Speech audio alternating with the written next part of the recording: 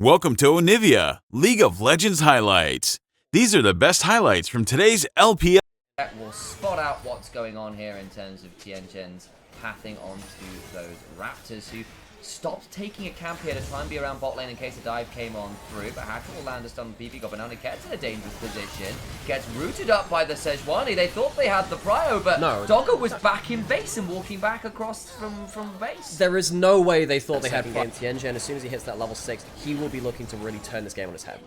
We will hit across the control ward here. Niket jumped on, still has the flash, but no aftershock proc until just now, just goes down. He just couldn't do anything. That it's instant flash forward from PP. God, smite comes through. Tianjin flash smiting. Tianjin has really bodied the jungle match. Oh, he just has. Now Angel gets to level 6. A huge culling across Urukai. They lose the bot lane. They lose the dragon. It all goes. Up, you roll a dice. Is someone going to punish it, or Ultra Prime just going to overstay and die? Flash smite 627, or Starry could be in a spot of bother here. Takes a lot of damage. Flashes still has the cleanse, but the slow's still coming on through. Doggo gets that kill. 3 die from Ultra. Okay, that's the start of something good because you get the kill over to the Ezreal. Starry is not going to be ahead in the queue or Ezreal, so it's not going to be like the best game for Grubs, but 6 Grubs is still 6 Grubs. Ultra Prime get themselves the dragons, but they're going to have to show that they can corral the map into a state where OMG don't get good value out of these objectives.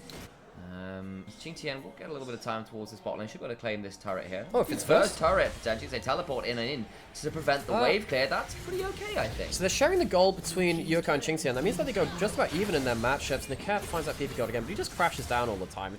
He just pulls himself away from that. It's going to leave Harry alone in topside to get more gold from there, though, because no one's teleporting back up towards that turret. You could see Aatrox recall and teleport. Tunnel, Merc Treads, and Hex Drinkers are again very fine in this matchup, but Harry giving him a lot of gold means that while Aatrox is now good in this matchup, how does everyone else deal with... Yeah, and then this will be a big telling point. How do they deal with the level 11 Rumble? Can Xingtian affect these team fights as well? Ultra Prime, they're stuck in the pit. Niket doesn't want to be stuck in this position. The terrain for Ultra Prime isn't great. Tianjin might just punt them into the choke point. Yeah, misses the Glacial Prison. The Equalizer isn't fantastic, honestly, as Niket steps on forward. Teleport now coming on through as Xingtian. Not popped the World Ender quite yet. Tianjin gets a slow onto Hacker, but lots of ultimates used to not a lot of avail. I think, honestly, OMG missing the big combo is what's going to determine this fight now. They get some HP out, but that's about it. The PP goal could still go in, though. He's angling for it. Cullen comes across again, gets a bit of a chunk, but not a huge amount of avail. And Ultra Prime, despite Herald, can use it to try and fight for pressure, as Ultra Prime will be pretty swift in taking this dragon. They will be, but they will lose mid turret. So now, OMG, do they look for an engage as they try and wrap back around towards that mid lane? So mid lane turret is going down. They have 6 scrubs. This is going down with that. I mean, the Herald is basically glorified cannon. That's a good combo. That's a huge amount of damage on the Tianjin, doesn't quite die, but the Tianjin gets hit by that True Shot Barrage, doesn't fall to it though. Xingtian finally falls, into the back line goes Niket, but they just don't have enough damage, everyone's so low. They'll land the Grasping Roots, Tianjin lands a Glacial Prison to claim another kill, but here is Hacker trying to get another bit more damage onto Tianjin, who's having the plan slowing down, and Doggo gets that one. Into the bush goes PP, God stays alive, it's a 2 for 2 somehow? Yeah, I don't know. The team fight value. You've got to be able to team fight well in this thing. Angel gets the tier 2 as well, so Ultra Prime walk away, getting the dragon, arguably winning the fight, but it's kind of all over the place. Angel might be put out on here. He doesn't get to the Hex Gate. He's going to get cancelled out by Niket. Now Angel is going to get caught out. This is now a big moment. Went to get the tier 2, secured it, but will likely trade his life for it. Should trade his life for it. Doggo manages to get the auto as Angel played pretty well there. Think about how things work out in this extended play. You lose that mid lane turret, you lose the inner turret as well, but you get the dragon in the fight because of the extra kill in the 3 turrets, remember? That giving up that soul point still feels pretty bad considering the history of it, as Urukai about to run into Angel here. See how this trade goes. Teleport's coming on through, makes this one a bit more even than I think Angel was hoping for.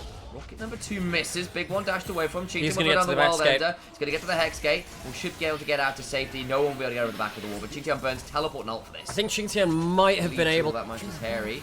Trying to take out that Skull Crab. Will not be able to. He's now in danger themselves. Yeah, they have... Yeah, OMG don't have teleport on Lucian right while he can come in, but maybe they just catch him. Harry's got flash. Can he use it well? Does use it pretty well. The Zenith Blade goes wide. Solar Flare too. Harry gets out to safety Running's with a... down. What's the HP total at Ultra Prime? They do have Hacker in there, but he doesn't have Flash. There's no blast cone.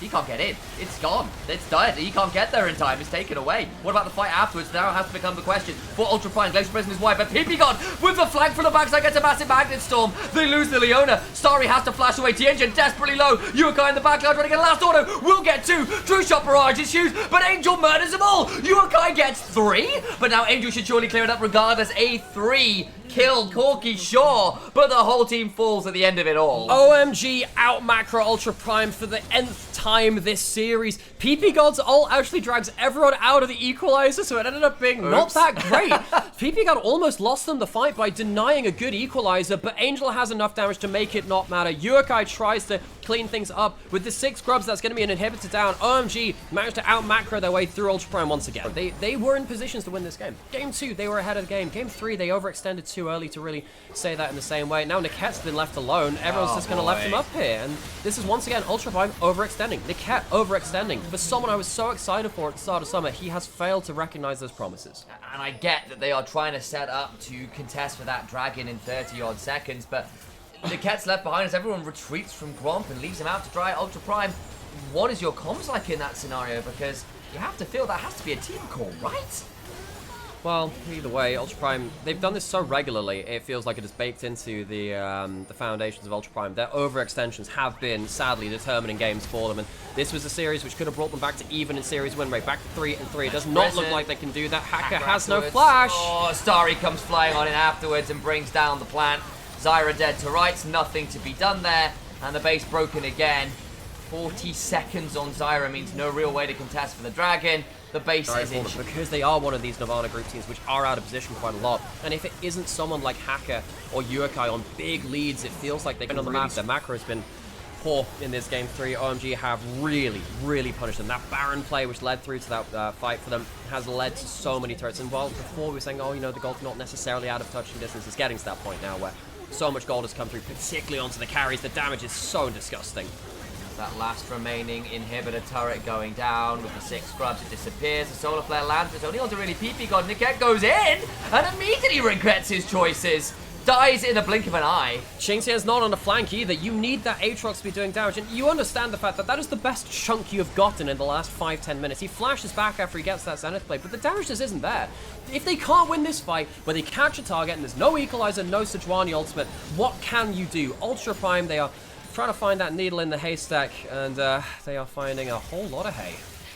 They are, and I don't blame them for looking, right? You said there's a lot of the cooldowns down. They've got a chunk. It's about the best they're going to get, but it means so little at this point. The last remaining inhibitor goes down with no contest because you have no engage anymore. Yeah, no, it feels like that Ultra Prime, they're just never in position to capitalize on anything. It's hard to when you're behind like this, and now they've overextended because the play's taken too long. Yeah, Niket was trying to wait for team members to come on up, and he ends up falling down. The equalizer in the corridor is brutal. Starry stays alive on the back end of it all, and down goes Zyra and the Corki as the Icathian rain continues to pour on Ultra Prime's parade. They will not find the third win they were looking for. A triple kill to Starry. It might be a donation of a quadra, but no, Harry gets that one. 5-0 at OMG. Ultra Prime sit languishing at 2-4. Ultra Prime, they could have had this, they could have had the world, but instead they find themselves at the barrel of a gun held. These were the best highlights from today's LPL matchup. Click that subscribe button faster than Ramus can say okay. See you on the next one.